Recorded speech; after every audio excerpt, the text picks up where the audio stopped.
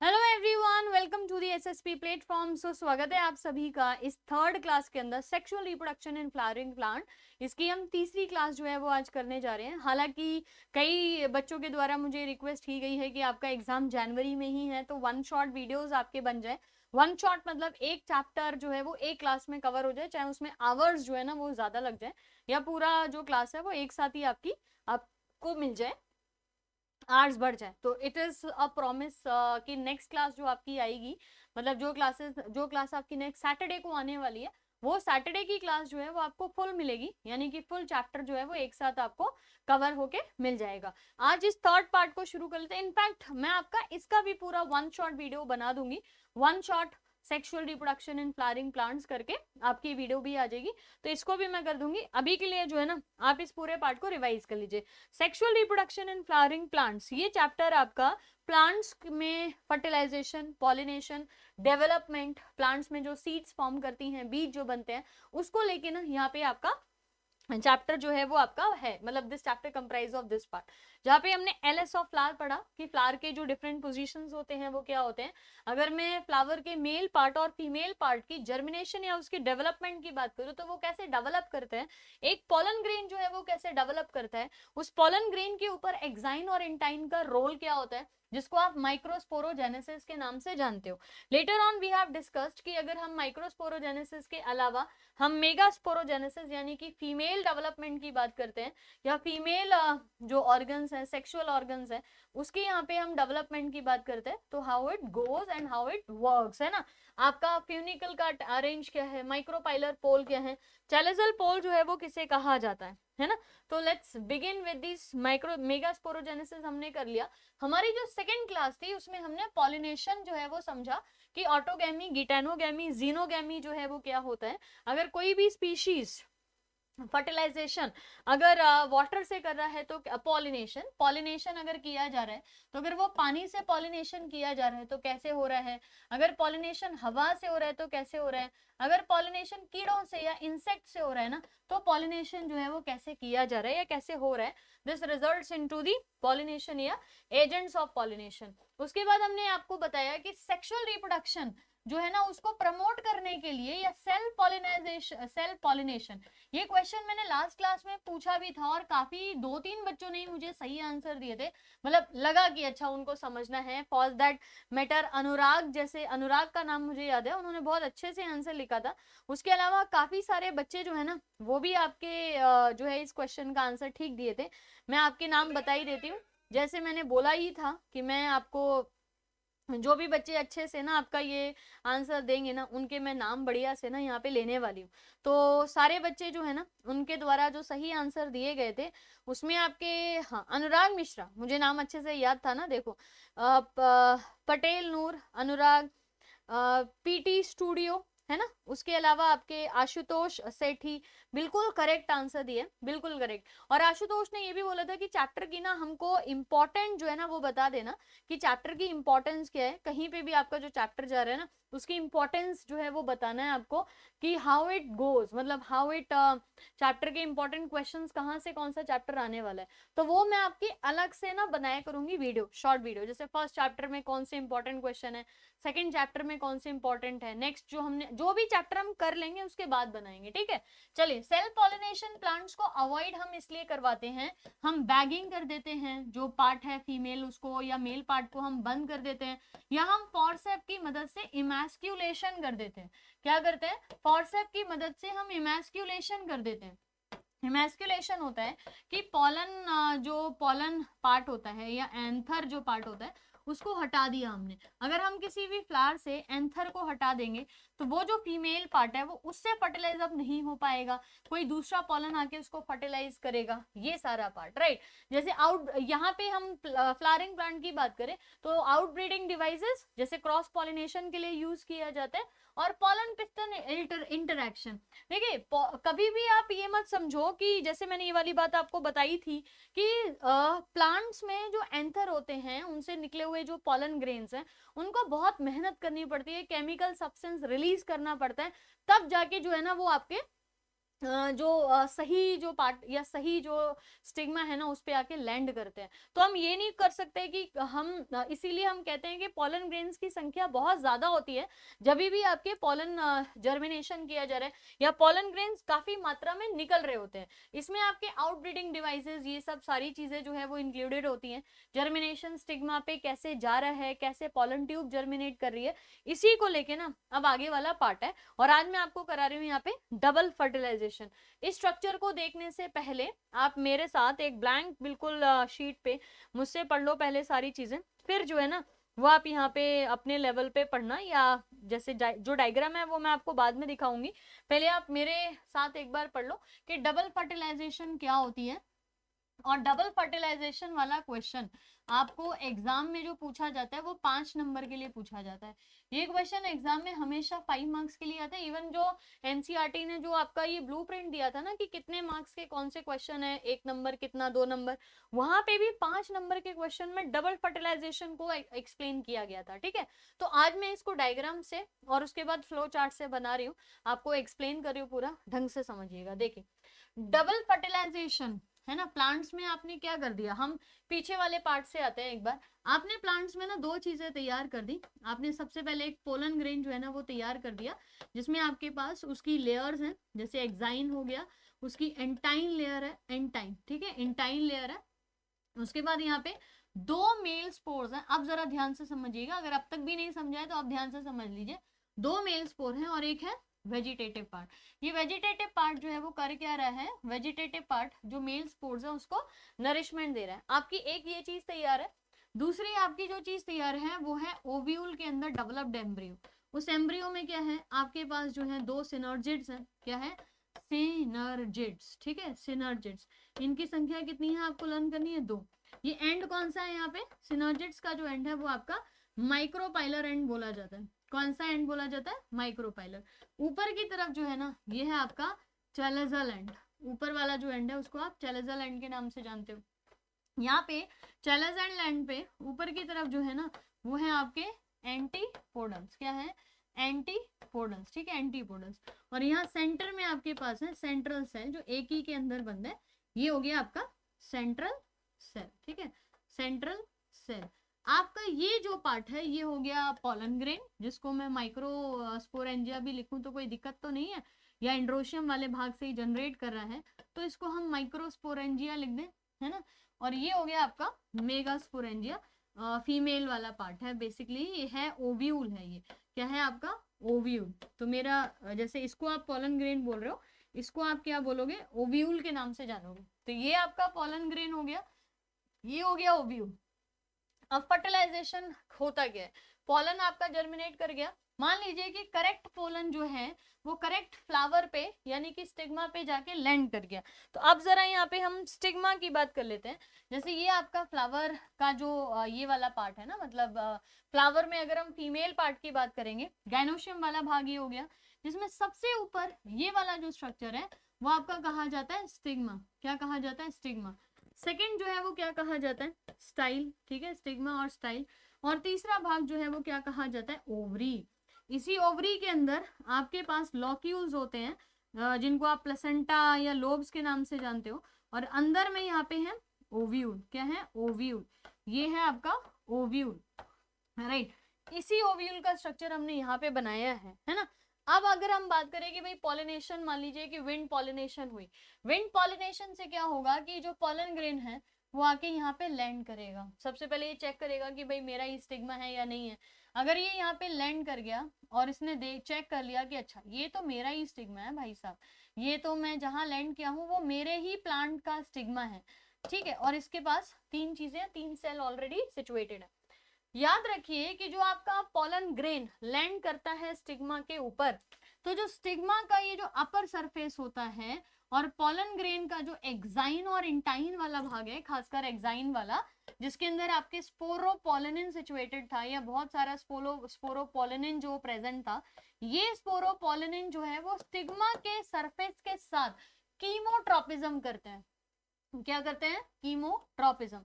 Chemotropism मतलब ये क्या कर रहे हैं, अपने केमिकल्स को मैच कर रहे हैं। किसको मैच कर रहे हैं, अपना जो केमिकल पार्ट है उसको मैच कर रहे हैं, और हर एक प्लांट के जो फीमेल और मेल पार्ट होते हैं उसमें कुछ स्पेशल या अपना एक यूनिक जो केमिकल पार्ट है ना वो लोकेटेड होता है। तो पॉलन ग्रेन जो है वो यहाँ पे मैच, यहाँ पे सेट कर गया या स्टिग्मा पे जाके चिपक गया।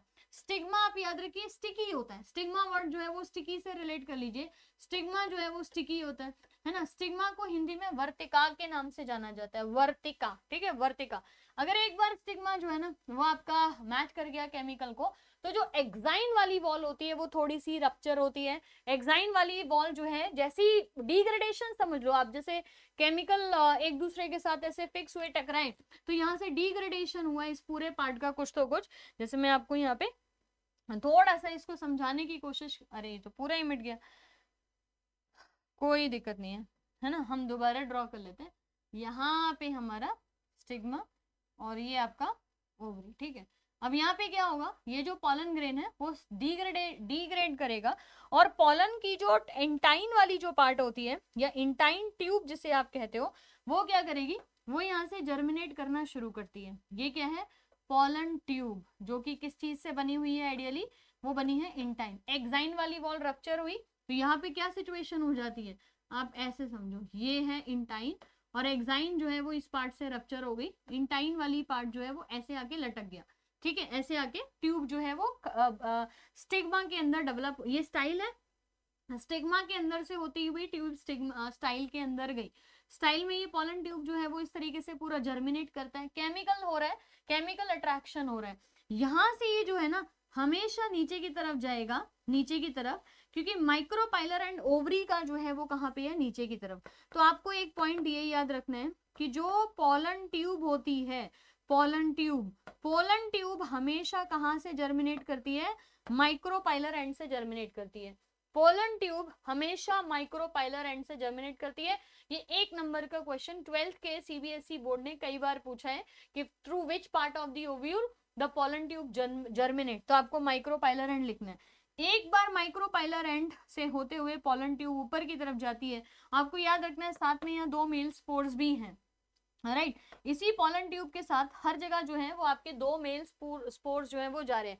पोलन ट्यूब माइक्रोपाइलर एंड से होता हुआ अंदर की तरफ गया और ओव्यूल में अब एंटर होने लगेगा। इतना पार्ट समझ आ गया, एक पोलन ग्रेन जर्मिनेट हुआ, एक आपका जो एक आपकी पोलन ग्रेन जर्मिनेट हुआ, एक आपका ओव्यूल जर्मिनेट हुआ, दोनों के अपने अपने सेल्स हैं।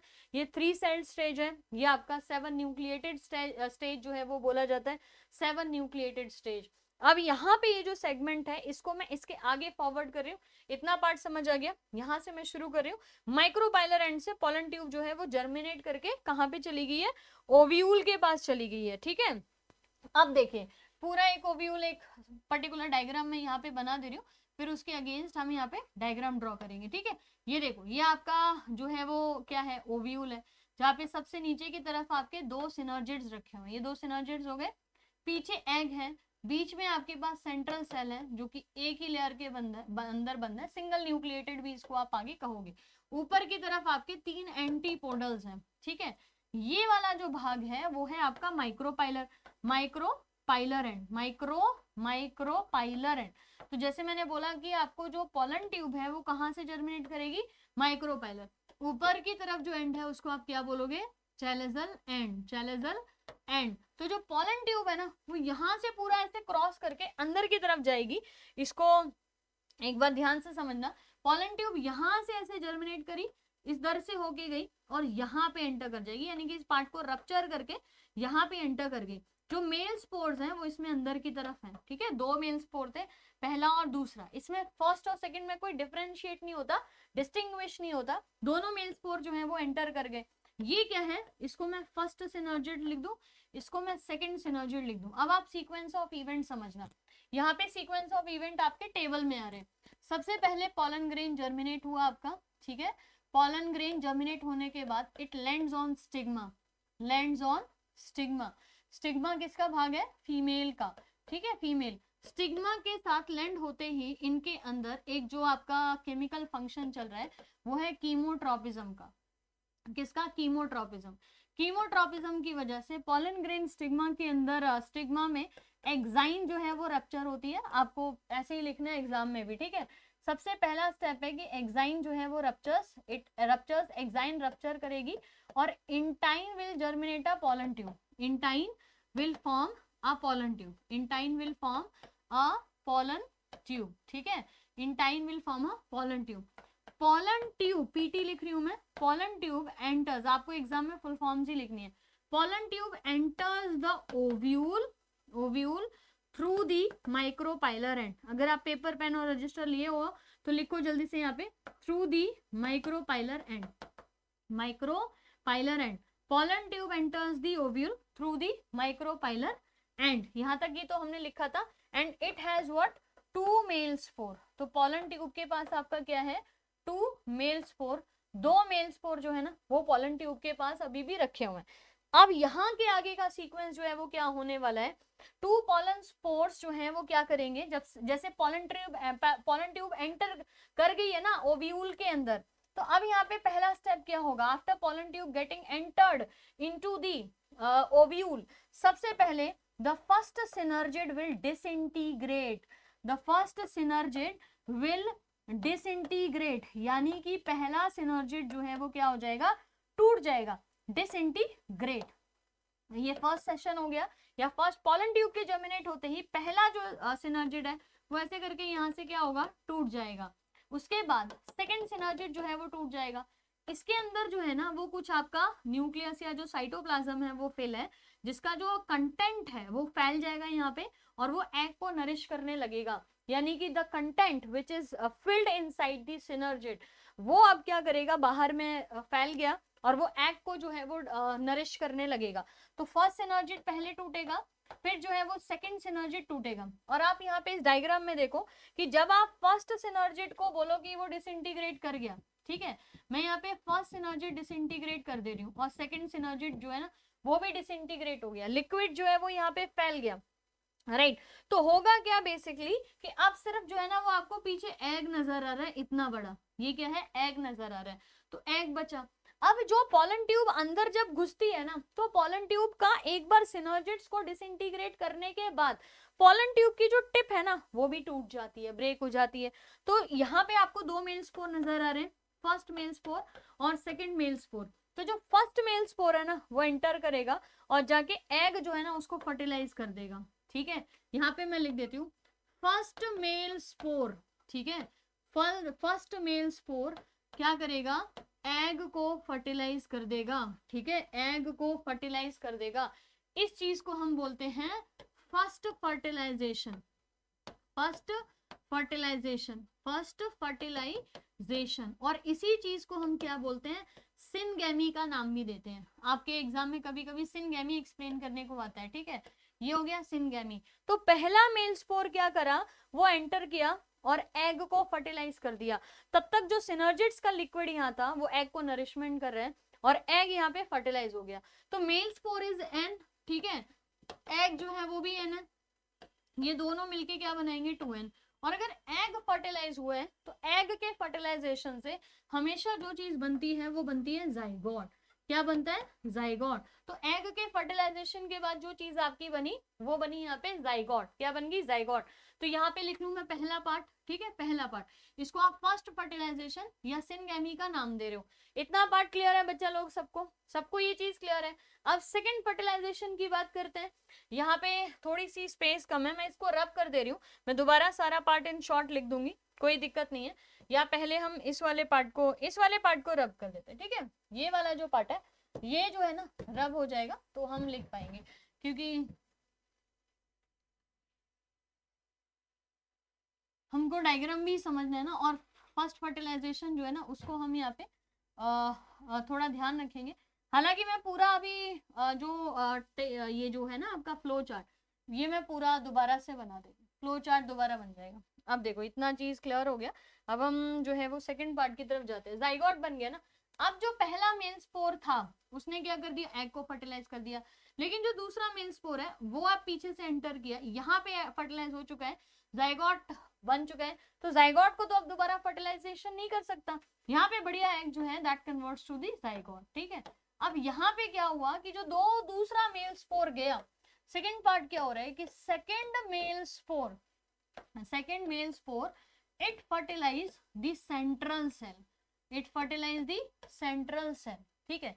अब कमाल की बात ये है कि सेकेंड मेल स्पोर जब एंटर किया था तो इसके पास तो एन था, यानी कि ये तो हैप्लॉइड सिचुएशन में था, लेकिन जो सेंट्रल सेल है ये 2n है, ये क्या है 2n, क्योंकि इसके पास न्यूक्लियस की संख्या 2 थी जब ये एक ही पार्ट में मेम्ब्रेन में बंद हुआ, बाद में इसके पास जुड़ के वो एक जो मतलब यहाँ से वॉल रप्चर होती है तो इट हैज 2 न्यूक्लियस, ठीक है, 2 न्यूक्लियस, तो ये 2n है और ये जो है ना ये n है, तो इसको आप क्या बोलते हो, पहली फर्टिलाइजेशन ऑलरेडी हो चुकी है, इसीलिए हम इसको बोलते हैं सेकेंड फर्टिलाइजेशन। क्या बोलते हैं, सेकेंड फर्टिलाइजेशन। पहली फर्टिलाइजेशन ओवर हो चुकी है, ये दूसरी फर्टिलाइजेशन हो रही है, या अब एक ही ओव्यूल के अंदर पहले फर्टिलाइजेशन होने के बाद अब सेकेंड टाइम फर्टिलाइजेशन हो रही है, इसीलिए आप उसको सेकेंड फर्टिलाइजेशन बोलते हो, इसीलिए हम इसको डबल फर्टिलाइजेशन भी बोलते हैं।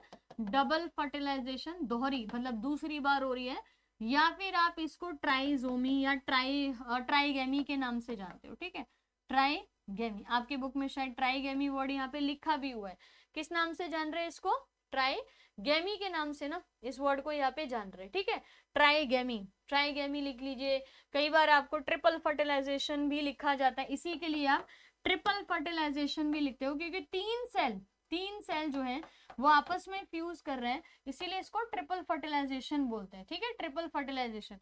इसमें एक चीज ये याद रखिएगा कि जब आप इसकी पूरी, जब जो आपका फर्स्ट मेल स्पोर एग को फर्टिलाइज किया था वो बनाता है जाइगोट, क्या बनाता है, जाइगोट।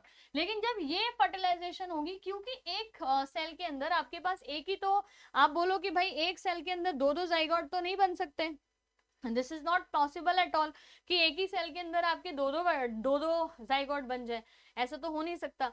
इसीलिए आप याद रखिए कि इस वाले पार्ट में जब ये दूसरी बार जो है ना जाइगोट, दूसरी बार जब मेल स्पोर फर्टिलाइज करेगा तो ये क्या बनाते हैं, एंडोस्पर्म। क्या बनाते हैं, endosperm.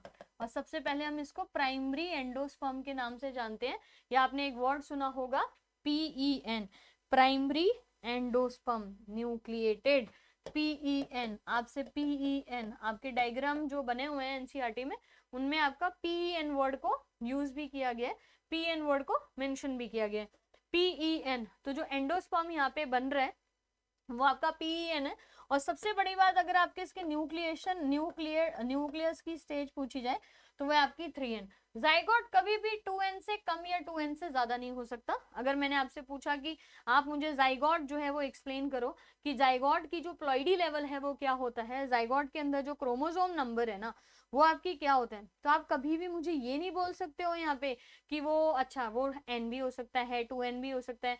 We cannot say this कि 2n के से ना तो कम होगा जाइगोट, ना कभी भी 2n से ज्यादा हो। आप कहीं पे भी देखो, हमेशा जब एग और स्पोर्स फर्टिलाइज करते हैं या स्पर्म्स फर्टिलाइज करते हैं तो सबसे पहले आपके पास जो बनता है ना वो यही बनता है, मतलब जाइगोट ही बनता है। आप किसी भी चीज की बात कर लो, हमेशा सबसे पहले जो बनेगा वो आपका जाइगोट ही बनेगा। और जो ट्रिप्लॉइड स्टेज है उसको आप PEN के नाम से बोलते हो, तो आप ट्रिपल फ्यूजन बोल लो, फर्टिलाइजेशन बोल लो, डबल फर्टिलाइजेशन, सेकेंड फर्टिलाइजेशन। इसको मैं ट्रिपल फर्टिलाइजेशन की जगह ट्रिपल फ्यूजन भी लिख देती हूँ। जो आपकी एनसीईआरटी में वर्ड लिखा हुआ है वो लिखा हुआ है ट्रिपल फ्यूजन। आप कई सारे नाम से इसको जान रहे हो। Primary endosperm cell, primary endosperm nucleus जो है वो बनके तैयार है, और प्राइमरी एंडोस्पर्म न्यूक्लियस पेन से आपका बनता है PEC, प्राइमरी एंडोस्पर्म सेल, और PEC से बनता है आपके पास एंडोस्पर्म। क्या बनता है, एंडोस्पर्म। अब यहाँ पे दो चीजें लर्न करनी है आपको हमेशा जब आप ये पढ़ते हो कि जाइगोट जो है ना that will develop into the seed. अब मैं दोबारा इसको एकदम फ्रेश स्ट्रक्चर के साथ बना देती हूँ, हर चीज यहाँ पे रब करके, ठीक है। अब आपके पास क्या बन गया, ये जो आपके पास ओव्यूल जो था, अब यहाँ पे क्या बन गया, अब आपके पास यहाँ पे है जाइगोट, ठीक है। इस जाइगोट की जो प्लॉइडी लेवल है वो है आपकी 2n, और बाकी यहाँ पे जो पूरा है वहां पे आप एक सेल बना दीजिए, हालांकि वो उस पूरे पार्ट को कवर कर लेगा धीरे धीरे। ये आपका होगा एंडोस्पर्म। एंडोस्पर्म की जो न्यूक्लिएटेड है, न्यूक्लियस पार्ट है, वो है आपका 3n। अब एक ओव्यूल के अंदर जो अब यहाँ पे एम्ब्रियो बन चुका है, मतलब जो एम्ब्रियो था फाइनली, अब आपके पास दो चीजें हैं, प्राइमरी एंडोस्पर्म न्यूक्लियस, जो एंडोस्पर्म बनता है, इसके आसपास यहाँ पे आपके पास एंडोस्पर्म सेल्स होते हैं, एंडोस्पर्म सेल्स, एंडोस्पर्म सेल्स यहाँ पे लोकेटेड है। तो ये आपका एक मैच्योर एम्ब्रियो जो है उसके बनने की प्रक्रिया में है, ठीक है। मैच्योर एम्ब्रियो जो है वो बनने की प्रक्रिया जो है वो यहाँ पे हो गई है। धीरे धीरे क्या होगा, जो ये जाइगोट है ये अपने को अपना जो एंडोस्पर्म है उसको कंज्यूम करता रहेगा। जैसे धीरे धीरे क्या होगा, अब ये जो मैच्योर एम्ब्रियो बना है ना, यही आगे जाके क्या बनने वाला है, सीड बनने वाला है, बीज बनने वाला है। बीज बनने के लिए इसको क्या करना पड़ेगा कि ये जो जाइगोट है इसको एंडोस्पर्म की हेल्प लेनी पड़ेगी। यहाँ पे फिर से आपकी कुछ कुछ स्टेजेस होती हैं जिसको ग्लोबुलर और हार्ट शेप स्ट्रक्चर बोलते हैं। एंडोस्पर्म अपना अलग डेवलप करता है, जहाँ पे ये ट्यूब जैसा बनाता है जो जाइगोट को हेल्प कर रहा है। तो ये वाला भाग जो है ना, ये आपका जाइगोट हो गया, ये वाला भाग आपका एंडोस्पर्म है, ये जाइगोट को हेल्प कर रहा है, बढ़िया तरीके से उसको मदद कर रहा है। यहीं पे आपके पास एक ग्लोब, सबसे पहले एंडोस्पर्म जब फूड दे रहा है तो आपके पास एक स्ट्रक्चर आता है जिसको आप बोलते हो ग्लोबुलर, ग्लोब, गोल की तरह। फिर यही ग्लोब जो है वो धीरे धीरे पूरा एंडोस्पर्म कंज्यूम कर लेता है ना, और बन जाता है यहाँ पे हार्ट शेप, ऐसे करके। तो आइडियली हार्ट है नहीं, लेकिन इसको कुछ कुछ हम रिलेट कर देते हैं हार्ट से। तो ये क्या बन जाता है आपका heart shape embryo, heart shape embryo, heart shape embryo. और यही हार्ट शेप एम्ब्रियो जो है वो इसके जो दो पार्ट्स हैं इसको आप कॉटिलिडॉन्स बोलते हो। धीरे धीरे आप इसको कॉटिलिडॉन्स बोलोगे तो धीरे धीरे एंडोस्पर्म कम होता चला जाता है, क्योंकि एंडोस्पर्म जो है वो क्या कर रहा है, वो डेवलपिंग जाइगोट से जब वो एम्ब्रियो और सीड बन रहा है ना तो उसको नरिशमेंट दे रहा है। क्या कर रहा है, zygote develops into the embryo, the embryo will develop into the seeds, right. तो ये जो एंडोस्पर्म है वो डेवलपिंग एम्ब्रियो को, जाइगोट से जो एम्ब्रियो बन रहा है उसको वो नरिशमेंट करेगा। Endosperm will give the nutrition, क्या देगा, न्यूट्रिशन। तो ये वाली जो स्टेज है यहाँ पे क्या होगा कि फाइनली अब आपके पास एक सीड होगा जहाँ पे आपके पास ऐसे करके दो कॉटिलिडॉन्स होंगे, है ना। तो ये जो है वो क्या हो गए, कॉटिलिडॉन्स हो गए। क्या हो गए, कॉटिलिडॉन्स। क्या लिख गए, कॉटिलिडॉन्स। इसी बेसिस पे ना हम सीड्स को दो पार्ट्स में डिवाइड कर देते हैं। आपके पास एक तो बीज जो है ना वो हो सकता है मोनोकॉट और एक हो सकता है डाइकॉट, मोनोकॉट और डाइकॉट। तो जो आपके सामने स्ट्रक्चर बना हुआ है ये डाइकॉट स्ट्रक्चर है। डाइकॉट का मतलब हो गया कि दो कॉटिलिडॉन्स हैं, टू कॉटिलिडॉन्स, ठीक है, डाइकॉट के पास, यानी कि दो कॉटिलिडॉन्स की बात करें। मोनोकॉट की अगर हम बात करें तो single cotyledon, single cotyledon, single cotyledon. तो मोनोकॉट जैसे आपके कौन से प्लांट्स होते हैं, जितने भी आपकी ग्रास फैमिली है ना वो सब मोनोकॉट है। जैसे वीट हुआ, है ना, आपके पास राइस हुआ, चावल हुआ, है ना, मेज हुआ, मक्का जिसे आप कहते हो, है ना, बार्ले हुआ, ये सारे जो होती हैं इसको आप ग्रास फैमिली के नाम से भी जानते हो, ये सारे मोनोकॉट है। और तो डाइकॉट कौन से होते हैं, जिनमें दो कॉटिलिडॉन है। जैसे आपकी जितनी भी पल्सेस होती है ना, दाल है, आपने छोले खाए हैं ना, ग्राम्स जो होते हैं, चना जिसको आप बोलते हो, पल्सेस हुए, ग्राम्स हुए, ये सारे के सारे आपके दो कॉटिलिडॉन्स को होल्ड कर रहे हैं। तो आपके डाई कॉटिलिडॉन के नाम से जो है वो कहे जाते हैं। तो एंडोस्पर्म आप याद रखिए एम्ब्रियो की डेवलपमेंट में हेल्प कर रहे हैं। आपका रेडिकल, रूट, ये सारा यहीं से जनरेट करता है। आपके एक सीड के अंदर जैसे ये वाला स्ट्रक्चर है, अगर मैं इसी को एक्सप्लेन करूं यहाँ पे, तो आपके पास जनरली ये स्ट्रक्चर आपका ऐसे बनाएंगे, मैं ऐसे बना रही हूँ ताकि मैं एक्सप्लेन कर सकूं टॉपिक को भी। देखो इस तरीके का एक स्ट्रक्चर है, ये आपका कवर्ड होता है, बीज के अंदर जो है वो रखा रहता है, जिसमें से आपको दो पार्ट लर्न करने हैं। नीचे वाला जो भाग होता है इसको आप रेडिकल बोलते हो। क्या बोलते हो, रेडिकल। ये डाइकॉट की बात हो रही है, ठीक है। ये ऊपर वाला जो भाग है इसको आप प्लिम्यूल बोलते हो, रेडिकल और प्लिम्यूल। आपको याद रखना है कि किसी भी पर्टिकुलर सीड के अंदर हमेशा दो पार्ट होंगे और बीच में है कॉटिलिडॉन्स, ये है आपका कॉटिलिडॉन्स। हाइपोकोटाइल वर्ड भी आपका इसमें मेंशन किया जाता है। ये वाला जो पार्ट है जहां से वो अलग हो रहा है उसको हम हाइपोकोटाइल के नाम से जानते हैं। अब प्लिम्यूल आप याद रखिए कि हमेशा एक डेवलपिंग सीड के अंदर जो प्लिम्यूल होता है वो किस चीज में रिजल्ट करता है, डेवलपिंग के अंदर हमेशा जो प्लिम्यूल है that will result into the shoot, यानी कि स्टेम, यानी कि तना जो बनता है पेड़ का वो हमेशा प्लिम्यूल से बनता है। तो बीज है, बीज कवर्ड है, अभी यहाँ पे खुला दिख रहा है, आप देखो इसको थोड़ा सा ना कवर कर दो, है ना। अब इस बीज के अंदर आपका जो प्लिम्यूल पार्ट है वो हमेशा शूट बनाएगा, यानी कि स्टेम बनाएगा, और रेडिकल वाला पार्ट जो है वो हमेशा रूट बनाता है। क्या बनाता है? रूट। उसी तरीके से आपका सिंगल की यानी कि कॉटिलिडॉन अगर मैं बात करूं, यहाँ पे सिंगल वाले की बात करूं, मतलब मोनोकॉट की बात करूं, तो वहां पे आपको एपीब्लास्ट है, वहां पे भी रूट और शूट ही, मतलब रेडिकल और प्लिम्यूल वहां पे भी दिए हुए हैं। कॉलियोप्टाइल जो है वो शूट्स बनाती हैं, कॉलियोप्टाइल जो है वो स्टेम्स बना रही है, शूट एपेक्स जो है वहां पे बना है। वहां पे एक इंपॉर्टेंट पार्ट होता है जिसको स्क्यूटेलम के नाम से जानते हैं। ग्रास फैमिली में कॉटिलिडॉन को आप स्क्यूटेलम बोलते हो, जो आपके सिंगल मोनोकॉट होते हैं, ग्रास आपकी मोनोकॉट फैमिली है, ठीक है। और वहां पे आप कॉटिलिडॉन जो वर्ड है उसको किस चीज से रिप्रेजेंट करते हो? Scutellum, scutellum. तो मोनोकॉट का आपका स्ट्रक्चर जो आपको एनसीईआरटी में दिया है, अगर आप बुक अभी अभी अपने सामने अभी अभी जो है ना वो बुक खोले हुए हो, तो वहां पे एक स्ट्रक्चर आपको ऐसे करके दिया रहेगा, ये वाला पार्ट है ना, यहाँ पे ये वाला जो सेगमेंट है इसको हम बोलते हैं। और यहाँ पे आपके ऊपर ऐसे कॉलियोप्टाइल जो है वो बनी है, जो कि जो पत्ते वगैरह है ना वो बनाती है। नीचे की तरफ आपको सीड ऐसे पूरा समवेयर जो है ना वैसे कुछ रेक्टेंगल शेप। अब यहाँ पे जो पार्ट निकला हुआ है ना ऊपर की तरफ, ये जो आपको अलग से सेगमेंट नजर आ रहा है, ये वाला जो सेगमेंट नजर आ रहा है, ये आपका स्क्यूटेलम के नाम से जाना जाता है। ये वाला सेगमेंट जो है वो आपका स्क्यूटेलम के नाम से जो है वो जाना जाता है, ठीक है। यहाँ पे आपके पास ये वाला जो पार्ट है ये आपका कॉलियोप्टाइल हो गया, जो कि आगे जाके अब आपकी जो लीव्स बनती है ना वो बनाता है कॉलियोप्टाइल। कॉलियोप्टाइल क्या बनेगा?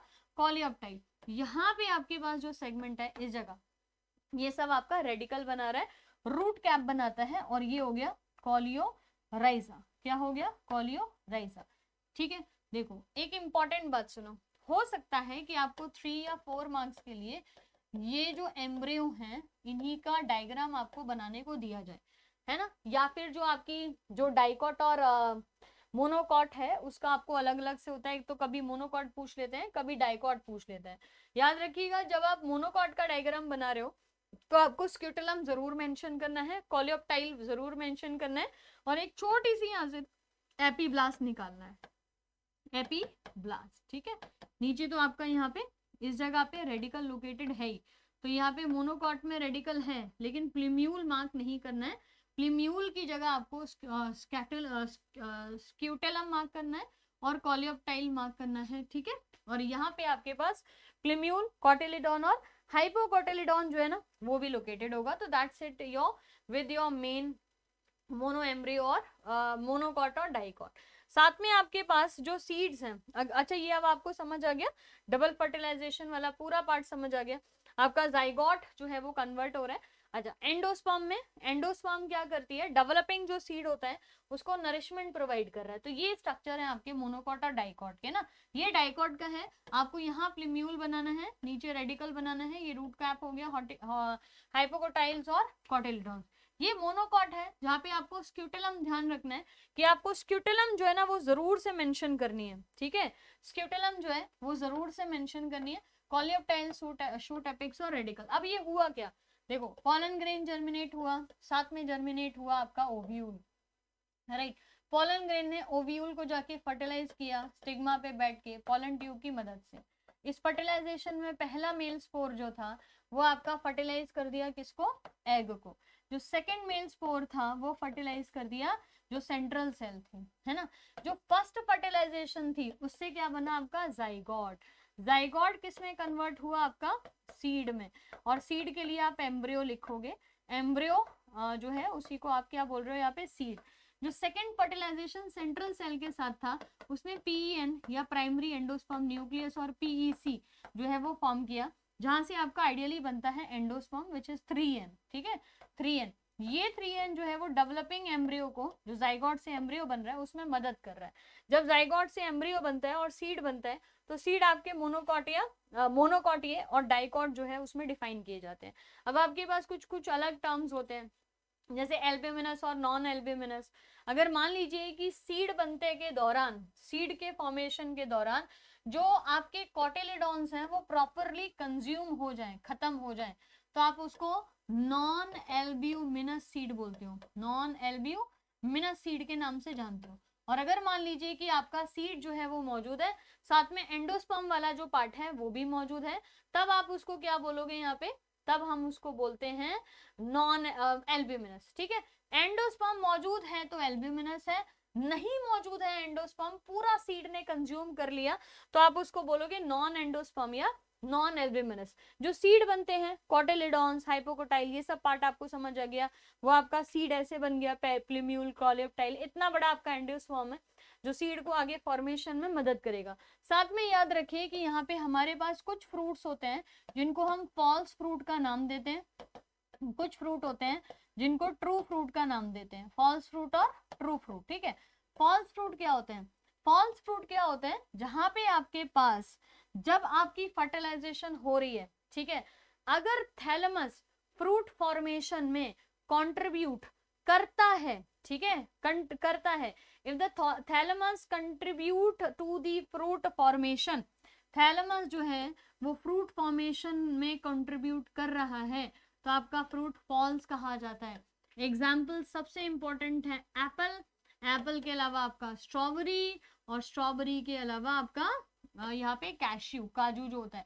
अच्छा, स्ट्रॉबेरी के लिए आप एक चीज और याद रखो, strawberry is the only fruit जिसके सीड्स, जिसके बीज जो है वो हमेशा बाहर होते हैं, राइट। अदरवाइज आप मुझे कोई भी दूसरा फ्रूट बता दो जिसके सीड्स, बीज बाहर होते हैं, ऐसा कोई फ्रूट नहीं है जिसके सीड बाहर होते हैं, सिर्फ स्ट्रॉबेरी एक ऐसा फ्रूट है जिसके सीड यानी कि जिसके बीज बाहर होते हैं, है ना।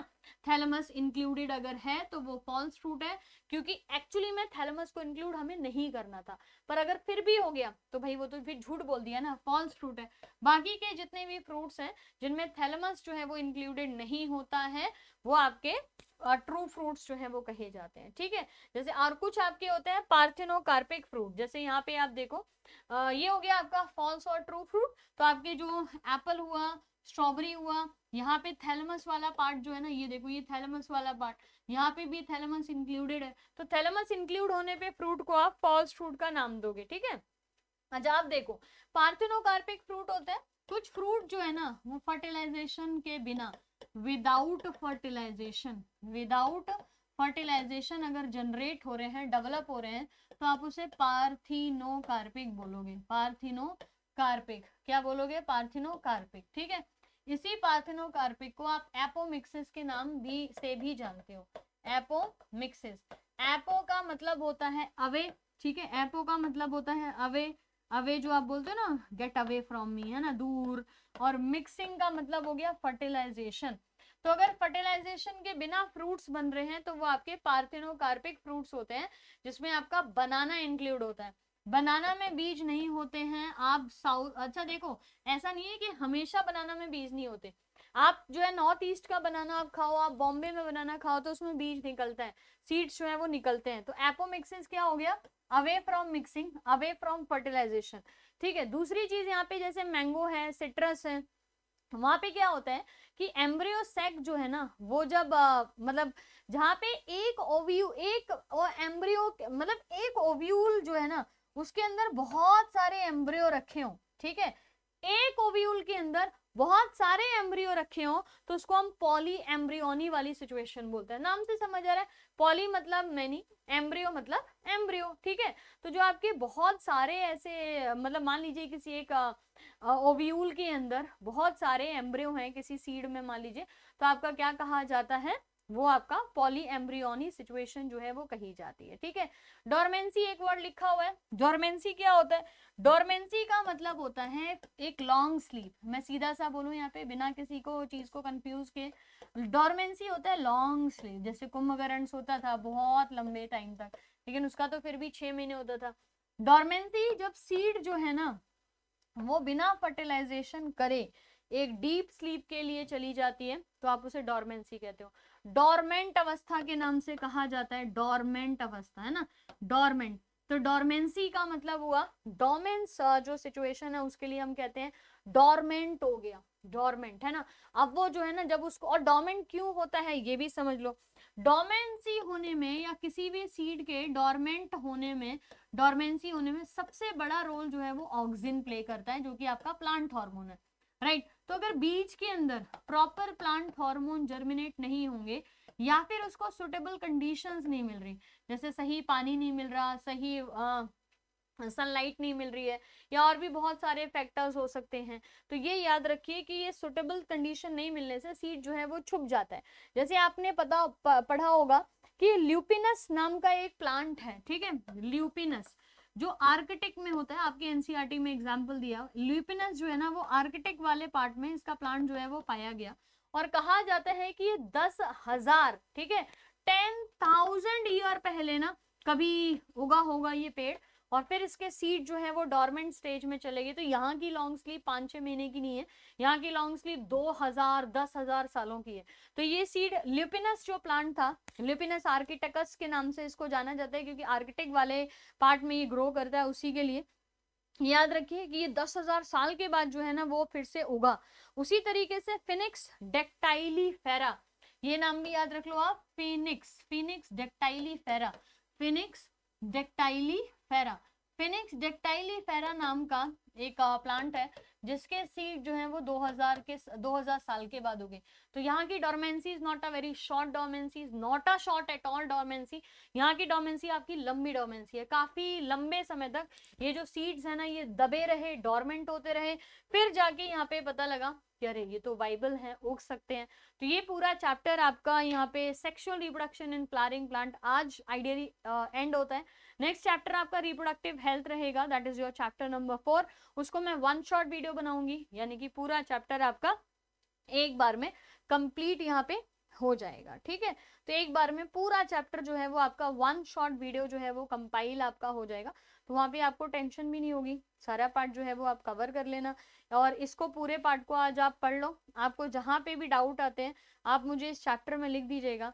आप एक बार जो आपकी एनसीईआरटी है उसको एक बार जो है वो पढ़ के देखिएगा, अगर वहाँ पे आपको किसी क्वेश्चन में या किसी पर्टिकुलर पार्ट में कहीं पे कोई दिक्कत आती है, आपको लगे कि ये वाला पार्ट मुझे नहीं समझ आया, वो भी आप मुझे जरूर से इस कमेंट बॉक्स में लिख दीजिएगा। हो सकता है एक आधी चीज यहाँ पे छोड़ गई है, जैसे हाइपोकोटाइल है, हाइपोकोटाइल कॉटिलेडॉन होता है किसमें, हाइपोकोटाइल कॉटिलेडॉन होता है, हाइपोकोटाइल कॉटिलेडॉन का बिल्कुल अपर पार्ट होता है, hypocotyl is the part from where the cotyledon starts, ये आपके सीड्स में लिखे हुए हैं ना, सीड वाले भाग में लिखा हुआ है। उसके अलावा आपका एपिकोटाइल क्या होता है, एपिकोटाइल जहां पे आपकी जो आपका ये एपी मतलब बेस स्क्यूटेलम के नीचे, तो epicotyl is your embryonal axis जिसे कहते हैं ना, एम्ब्रियोनल एक्सिस, तो कॉटिलेडॉन के एक्सिस वाला भाग हो गया। उसके अलावा टेस्टा टेगमेन क्या बोला जाता है, ये आपके क्वेश्चंस भी हैं जो आपके एनसीईआरटी में पीछे की तरफ आपके दिए हुए हैं। कवरिंग जो होती है ना, कवरिंग को आप टेस्टा और टेगमेन के नाम से जानते हो, जो हमारे सीड्स होते हैं उनकी कवरिंग को टेस्टा और टेगमेन के नाम से जाना जाता है। तो सीड की आउटर कवरिंग और सीड की inner covering, this is always regarded as the testa and the tegmen part. तो सीड की कवरिंग आपकी टेस्टा टेगमेन हो गया। उसी तरीके के कुछ क्वेश्चन आपके एनसीईआरटी में लास्ट में दिए हुए हैं, आप सारे क्वेश्चंस एक बार एनसीईआरटी के पढ़ लो। आपको कहीं पे भी लगे कि किसी पर्टिकुलर क्वेश्चन में मुझे डाउट है, ये वाला क्वेश्चन मुझे समझ नहीं आया है, तो ये आप मुझे नेक्स्ट क्लास में बता देना। जैसे पेरिकार्प पेरिस्पर्म लिखा हुआ है, तो आप सीड वाला स्ट्रक्चर देखिए, आउटर जो कवरिंग होती है उसको आप पेरिकार्प के नाम से जानते हो। जैसे जो बीज होती है ना या जो फ्रूट बनता है ना, उसके बाहर की कवरिंग जो होती है वो पेरिकार्प या पेरिस्पर्म के नाम से जानी जाती है, ठीक है। तो एक बार 3 वीडियो इस चैप्टर के 3 पार्ट्स हैं, तीनों पार्ट्स आप रिवाइज कर लीजिए। होपफुली आपके जो फर्स्ट सेगमेंट है 12 का वो आपको समझ आ गया है और कंप्लीट भी हो गया। रिप्रोडक्टिव हेल्थ हम कर लेंगे तो फर्स्ट सेगमेंट ही आपका कंप्लीट यहाँ पे हो जाएगा। तो अभी के लिए guys thank you so much, let's meet in next video. Till then आपके जो भी डाउट हैं, जो भी समस्या है, जो भी परेशानी है, वो आप वीडियो के नीचे लिख दीजिए। Thank you so much, bye bye.